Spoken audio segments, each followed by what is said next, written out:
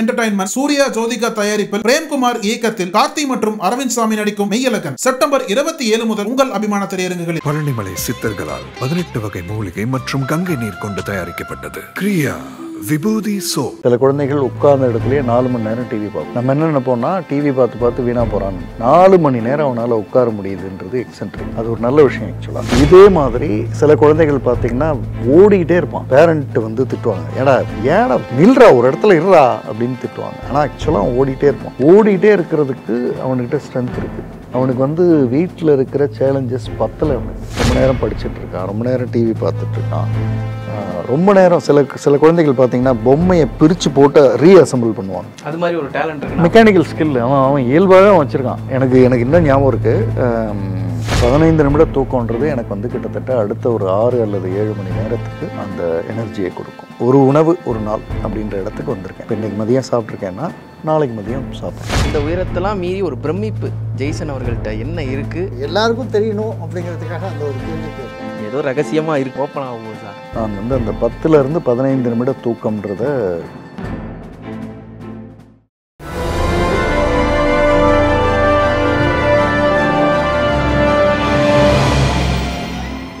இப்போ வந்து பார்வையாளர்கள் நிறைய பேர் அவங்களோட கருத்துக்களை முன் வச்சாங்க. இப்போ சாரோட பயணிக்கிறவங்க ஒரு சிலர் வந்திருக்கிறாங்க. அதில் முதலாவதாக நம்ம கூப்பிட போகிறது ஸ்ரீதர் அவர்கள். வணக்கம், வாங்க ப்ளீஸ். வணக்கம் சார், உட்கார். நீங்கள் அங்கே உட்காந்து நிறைய பேர் வந்து சொல்லிக்கிட்டு இருந்தாங்க ஒவ்வொரு விஷயமா. பார்க்கிறவர்களுக்கும் பயணிப்பவர்களுக்கும் நிறைய வித்தியாசம் இருக்குது.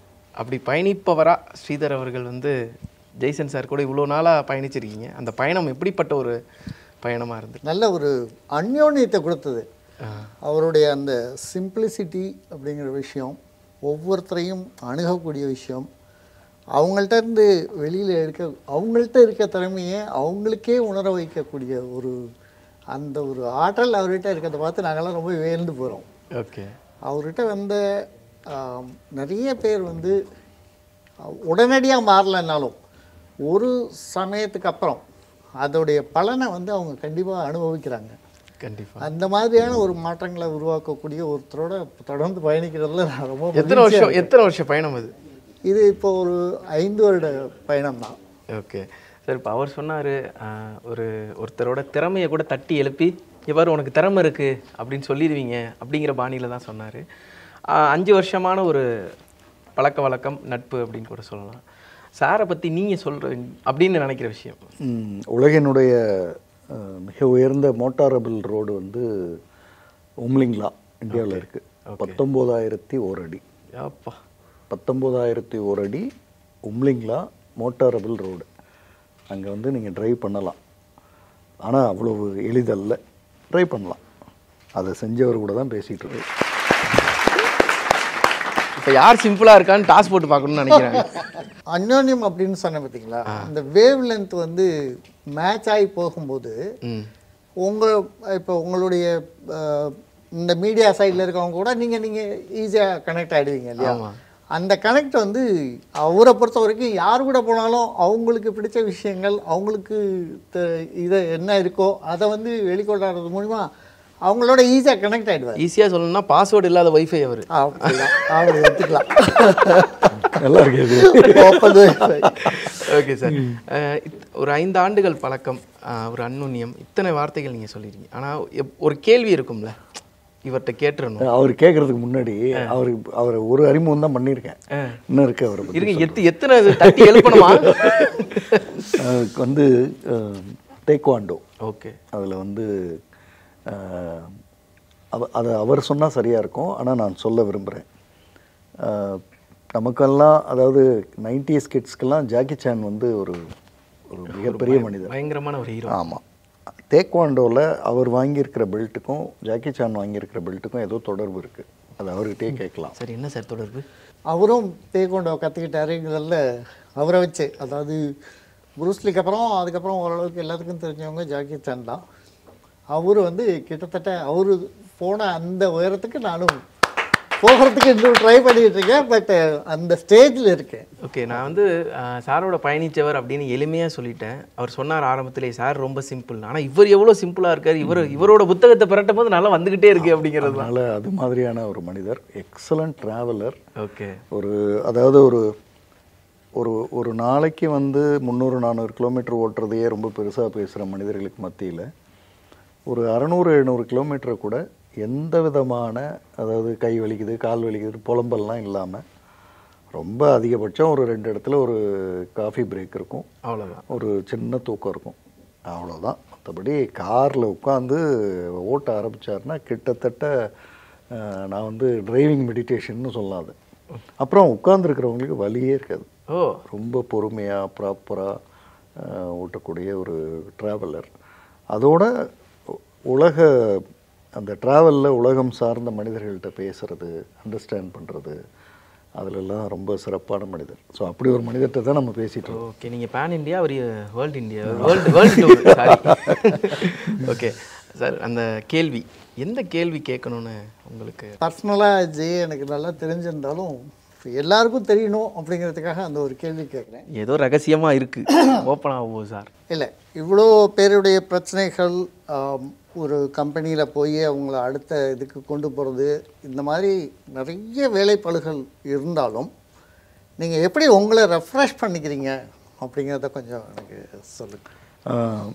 வழக்கமாக 10,000 ஸ்டெப்ஸு, உடற்பயிற்சி அதெல்லாம் ஒரு ஓரம் வச்சுட்டு, நான் ரெஃப்ரெஷ் பண்ணுறதுக்கு மிக மிக முக்கியமான காரணமாக நினைக்கிறது வந்து அங்கங்கே நான் எடுக்கிற பவர் நேப், 10 நிமிட தூக்கம்.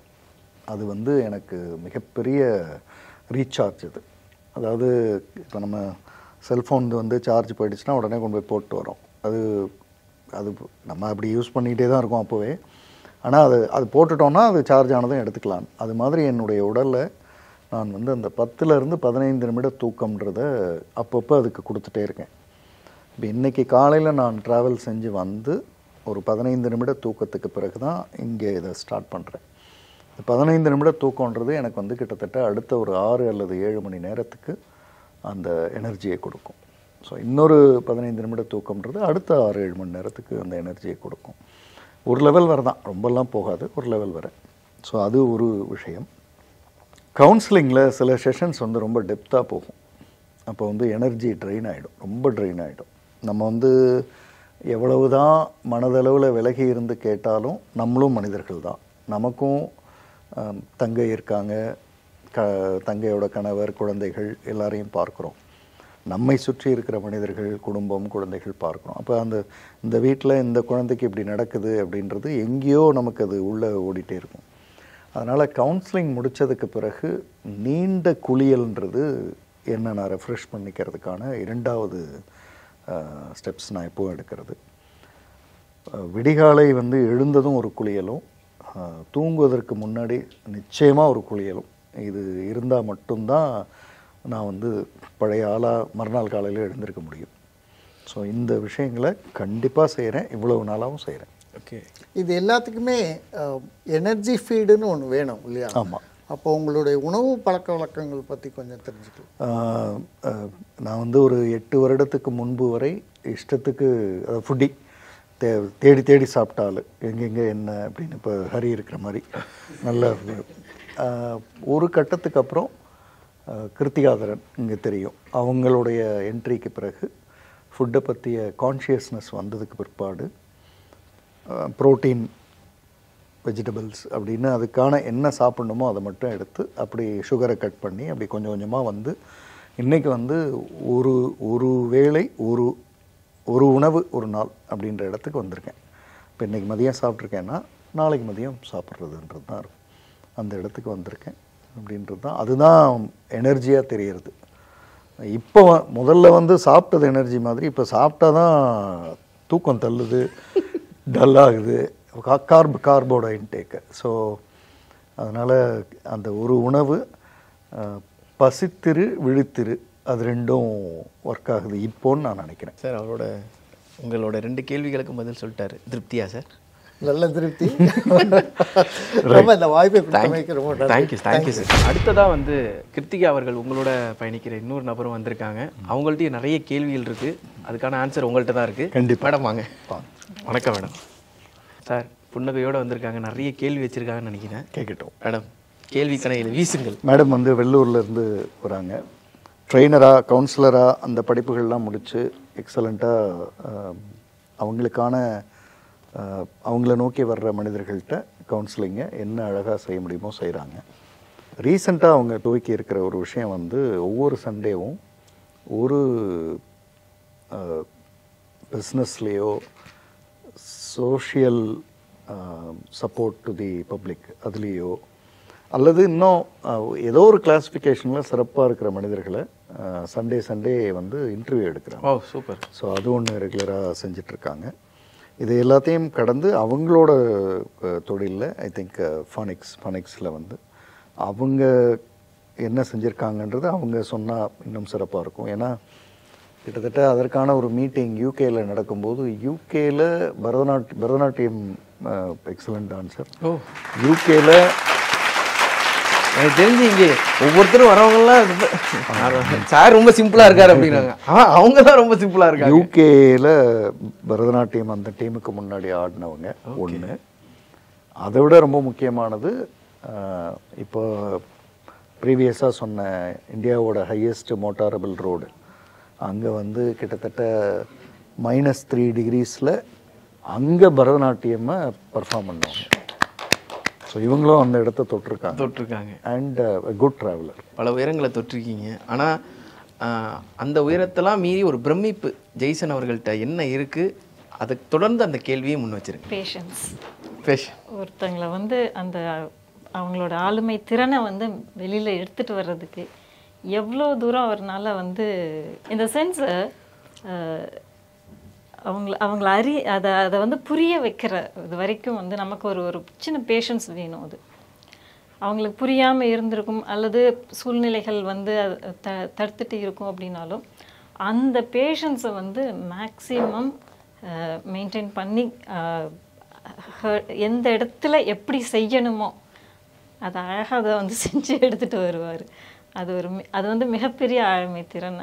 அந்த பேஷன்ஸை வந்து நான் ரொம்ப பார்க்குறேன் நான். இன்னொன்று வந்து எந்த ஒரு இதுனாலும் வந்து ஒரு ரோல் மாடலாக ஃபஸ்ட்டு அவர் இருப்பார் அதில். ஓகே. அதை செய்து பார்த்துட்டு அதில் இருக்கிற நிறை குறைகள் இது எல்லாம் பார்த்துட்டு தான் வந்து மற்றவங்களுக்கு அது வந்து சொல்கிறது அப்படிங்கிறதையும் வந்து பண்ணுவார்.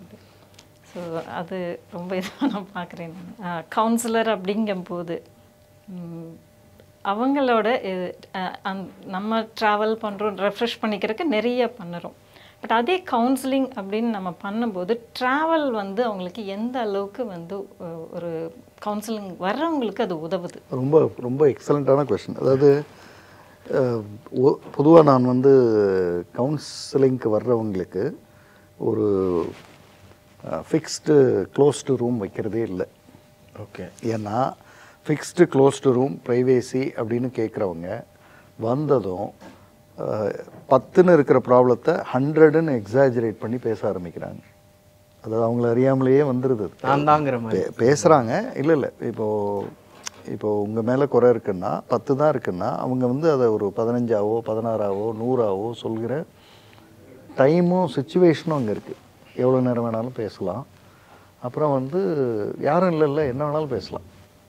இது அதனால் நான் வந்து பொதுவாகவே பொது தளங்களில் தான் நான் சந்திக்கிறேன். இப்போது சிசிடி மாதிரியான பொது தளங்களில் அப்போ வந்து சுற்றி மனிதர்கள் இருக்கும் பொழுது யதார்த்தமாக என்ன பேசணுமோ அதுதான் வேணும் எனக்கு வந்து இந்த அதில் வந்து நான் ரொம்ப ஸ்ட்ராங்காக இருக்கேன். ஒன்று.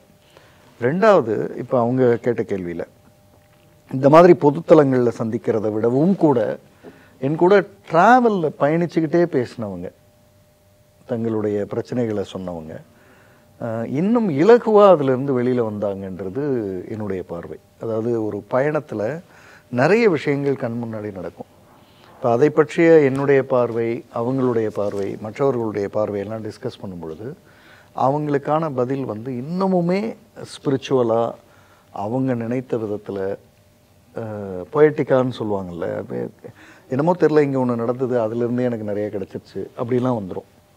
ஸோ அதனால் நிச்சயமாக ட்ராவல் வந்து கவுன்சிலிங்க்கு வர்றவங்களுக்கு ஒரு மிகச்சிறந்த விடயம்னு நான் சொல்லுவேன். 2 விதமாக சொல்லுவேன். ஒன்று, கவுன்சிலிங் முடிச்சுட்டு அவங்க ட்ராவல் பண்ணலாம், அது ஒரு நிறைய இது கொடுக்கும். அல்லது இந்த கவுன்சிலிங்கே ட்ராவல் செஞ்சு வரலாம். அது இன்னும் பெட்டர். நான் இருக்கிற இடத்துக்கே வரணும்னு நினைக்காம கண்டிப்பாக ஒரு சின்ன டிரைவு, அப்புறம் ஒரு கவுன்சிலிங், திரும்ப டிரைவ், அந்த போகிற வருகிற நேரங்கள் ரிஃப்ளெக்ஷன் நிறைய நடக்கும். So that helps the person very much. அதனால் அப்படி செய்யலாம். மேடம் நெக்ஸ்ட் இது வந்து ஒரு எக்ஸென்ட்ரிக் சைல்டு அப்படிங்கிறது அல்லது எக்ஸென்ட்ரிக்கான ஒரு இதை தான் வந்து மிகப்பெரிய உயரங்களே வந்து அடைஞ்சிருக்காங்க. கண்டிப்பாக. ஆக்சுவலாக இன்னைக்கு நான் பார்க்கும்போது நக்கீரன் கோபால் சார் அவரோட எக்ஸ்பீரியன்ஸஸை கேட்கும் போதுமே எனக்கு அப்படி தான் எனக்கு தோணுச்சு. நம்ம வந்து அது வந்து நம்ம குழந்தையில இருந்தே அவங்கள அதை வந்து ஐடென்டிஃபை பண்ண முடியுமா, இல்லை நம்ம வந்து ஏதாவது அதை தாராளமாக ஐடென்டிஃபை பண்ண முடியும். சில குழந்தைகள் வந்து நம்ம வந்து அதை வேறு மாதிரி பார்த்துட்டு இருக்கோன்றது தான் தப்பு. சில குழந்தைகள் உட்கார்ந்த இடத்துலையே 4 மணி நேரம் டிவி பார்க்கும். நம்ம என்ன நினைப்போம்னா டிவி பார்த்து வீணாக போகிறான்னு. 4 மணி நேரம் அவனால் உட்கார முடியுதுன்றது எக்ஸென்ட்ரிக். அது ஒரு நல்ல விஷயம். ஆக்சுவலாக 4 மணி நேரம் ஒரு இடத்துல அவனுக்கு தேவையான ஏதோ ஒரு விஷயம் கிடைச்சா 4 ஹவர்ஸ் அவனால் ஃபுல்லாக ஃபோக்கஸ் பண்ண முடியும் அப்படின்றது தான் எக்ஸென்ட்ரிக்கான பேஸ். இதே மாதிரி சில குழந்தைகள் பார்த்திங்கன்னா ஓடிக்கிட்டே இருப்பான். பேரண்ட்டு வந்து திட்டுவாங்க, ஏடா நில்றா ஒரு இடத்துல இருறா அப்படின்னு திட்டுவாங்க. ஆனால் ஆக்சுவலாக அவன் ஓடிட்டே இருப்பான். ஓடிட்டே இருக்கிறதுக்கு அவனுக்கிட்ட ஸ்ட்ரென்த் இருக்குது. அவனுக்கு வந்து வீட்டில் இருக்கிற சேலஞ்சஸ் பத்தலை அவனுக்கு. நான் ஒருவேளை அந்த வீட்டில் நான் ஃபாதராக இருந்தால் அவனை வந்து ஸ்போர்ட்ஸில் கொண்டு போய் அவனுக்கு சேர்க்க வேண்டிய நேரம் அது. அவனுக்கு அந்த எனர்ஜிக்கு சேலஞ்ச் வேணும். ஸோ சில குழந்தைகள் வந்து எழுதும், அப்படி எழுதும். சில குழந்தைகள் வரையும், ரொம்ப நேரம் வரையும், ரொம்ப நேரம் வரைஞ்சிக்கிட்டே இருக்கும். சில குழந்தைகள் வந்து படிக்க ஆரம்பிச்சதுன்னா ஒரு புக்கை முடிச்சுட்டு தான். நான் இப்போ ரீசெண்டாக ஒரு குழந்தைக்கு வந்து ஒரு புக்கை ப்ரெசென்ட் பண்ணேன். 213 பக்கம். காலையில் உட்காந்து மதியம் முடிச்சிருச்சு. சின்சியராக படித்து அந்த படித்து முடித்ததனுடைய ஆடியோ ஒன்று போடுது எனக்கு. அப்படின்னா சும்மாலாம் அப்படியே முடியாது, உண்மையிலேயே சின்சியர். அப்போ படிக்கிறதுல எக்ஸென்ட்ரிக். அப்போ குழந்தைகளை ரொம்ப ஈஸியாக நம்ம வந்து கவனிக்கலாம். அது வந்து என்ன மாதிரியான அந்த புத்தகம் வந்து பிக்டோரியல் தான், அதாவது படங்களோட. ஆனால் அந்த சொல்கிற கதையை வந்து அது அழகாக எடுத்துக்குது. ஸோ பிக்டோரியலோட செய்கிறது அது மாதிரி ஒவ்வொரு குழந்தைக்கு இருக்கிற அந்த லாங் டேர்மில் லாங் டியூரேஷனில் அவங்களால ஒர்க் பண்ண முடியும் அப்படின்ற விஷயங்களை கண்டுபிடிச்சோன்னா ஆரம்பத்துலேயே அதை கொண்டு போய் ரைட் டைரெக்ஷனில் சேர்த்தோன்னா போய்டும். ஆனால் மோஸ்ட்லி நம்ம வந்து அதை தவறாக பார்த்துருவோம். அதாவது ரொம்ப நேரம் விளையாடிக்கிட்டே இருக்கானுவோம். ரொம்ப நேரம் விளையாடிட்டு இருக்கான்னா ஸ்போர்ட்ஸில் ஒரு சேலஞ்ச் தேவைப்படுது அவனுக்கு. ரொம்ப நேரம் படிச்சுட்டு இருக்கான், ரொம்ப நேரம் டிவி பார்த்துட்ருக்கான், ரொம்ப நேரம் சில குழந்தைகள் பார்த்தீங்கன்னா பொம்மையை பிரித்து போட்டு ரீஅசம்பிள் பண்ணுவாங்க. அது மாதிரி ஒரு டேலண்ட் இருக்குது, மெக்கானிக்கல் ஸ்கில் அவன் இயல்பாகவே அவன் வச்சுருக்கான். எனக்கு இன்னும் ஞாபகம் இருக்குது, நான் சந்தித்த ஒரு மனிதருக்கு வந்து சின்ன வயசில் சிங்கப்பூரில் இருந்து ஒரு பொம்மை வாங்கிட்டு வந்து கொடுத்துருக்காங்க. நம்ம அந்த கீ கொடுத்தா பறக்கும்ல ஹெலிகாப்டர், அது கீ கொடுத்து பறக்குது. சின்ன வயசில் பறக்குது, கீ கொடுத்து பறக்குது. ஒரு நாள் என்ன பண்ணிட்டாரு, ஓப்பன் பண்ணி எல்லாத்தையும் பார்த்துட்டாரு. எல்லாத்தையும் என்னென்னலாம் பார்த்துட்டு திரும்ப அசம்பிள் பண்ணுறப்ப உள்ளே இருக்கிற இவ்வளோ பார்ட்ஸ் எடுத்து வெளில போட்டார். இப்போ கீ கொடுத்தாலும் பறக்குது. அப்படின்னா என்னென்னா இது தேவையில்லைன்னு அவருக்கு தெரியுது. அந்த அளவுக்கு கற்றுக்கிட்டாரு அவர். இப்போ 2 இண்டஸ்ட்ரி வச்சுருக்காரு. அப்பா, அவர் இண்டஸ்ட்ரிக்கு எப்படி சார் வந்தீங்கன்னா, சின்ன வயசில் நான் இப்படி பண்ணேன்னா எங்கள் அப்பா அப்போவே வந்து மெக்கானிக்கல் பையன் தான் அப்படின்னு அப்போ இருந்தே என்னை இதை நோக்கி நகர்த்திட்டாரு. அப்புறம் எனக்கு ஒரு ஆசை வந்தது, இந்த ஃபேக்ட்ரியே ஆரம்பிக்கக்கூடாதுன்னு. எங்கள்கிட்ட பணமும் இருந்தது, அப்படி ஆரம்பிச்சிட்டோம். இவ்வளவு பொருள் தேவையில்லைன்னு கண்டுபிடிச்சி வெளியில் தூக்கி போடுற திறமை அப்போ வந்து ஒரு 6 வயசோ 7 வயசோ இருக்குன்னு சொன்னார். அப்போ அதுதானே எக்ஸென்ட்ரிக்கு. கண்டிப்பாக. ஸோ அதை வந்து கண்டுபிடிச்சா அதை கரெக்டாக ரீடைரக்ட் பண்ணிட்டோன்னா அவங்க இன்ஃபனைட்டை நோக்கி ஓடிடுவாங்க. தேங்க்யூ. ஒருத்தர் வந்து செய்ய முடியுன்றதை ரியலைஸ் பண்ணுறது வந்து முதல் அட்டம்ப்ட்லேயே வரணும்னு யாராலையும் சொல்ல முடியாது. எந்த குழந்தையும் பிறந்த உடனே எழுந்து நடக்கிறது இல்லை. யாரோ ஒருத்தங்க கையை பிடிச்சி கொஞ்சம் தூரம் நடந்து கேட்காம திரும்பி போய் விழுந்து, அதெல்லாம் இயல்பு தான். டெக்னாலஜி படி நான் குழந்தை பெற்றுக்க மாட்டேன், எனக்கு நேச்சுரலாக தான் வேணும் அப்படின்னு இருக்கிறவங்க, அவங்களுக்கு தான் இந்த பிரச்சனைகள் எங்கேயோ வந்துடுது. இப்போவும் ப்ளூ கலர் தார்பாலின் போட்டு அதுக்குள்ளே வாழ்க்கை நடத்தி 2 குழந்தைங்களோடு இருக்கிற ஒரு குடும்பத்தில் காலையில் 7 மணிக்கு காஃபி சாப்பிட்றதுக்கு முன்னாடி அந்த நடைபாதையில் உட்காந்து பாலை தூக்கி போட்டு விளையாடிக்கிட்டு இருக்கிற காட்சிகளெல்லாம் உங்கள் குழந்தைங்களுக்கு எப்போ நீங்கள் காண்பிச்சிங்கன்னு கேட்டிருப்போம். 6 முதலமைச்சர்களுடனான அனுபவம் பகிர்கிறார் டைரக்டர் ரைட்டர் VC குகநாதன். உங்கள் நக்கீரன் இதழில் சினிமா கொட்டகை புதிய தொடர் வாங்கி படியுங்கள். நக்கீரன் டிவிக்கு சப்ஸ்கிரைப் செய்யுங்கள். உங்கள் ஆதரவே எங்கள் பலம். ஆசிரியர்களுக்கு நண்பனாகவும் மாணவர்களுக்கு ஆசானாகவும் திகழும் தேர்வு வழிகாட்டி. ஒவ்வொரு பாடத்திற்கும் அனுபவமிக்க ஆசிரியர்களின் துல்லியமான தெளிவான விடைகள். CNC இருக்கு, தேர்வு பயம் எதற்கு? இது தீரன் பப்ளிஷிங் ஹவுஸ் விற்பனை வெளியீடு.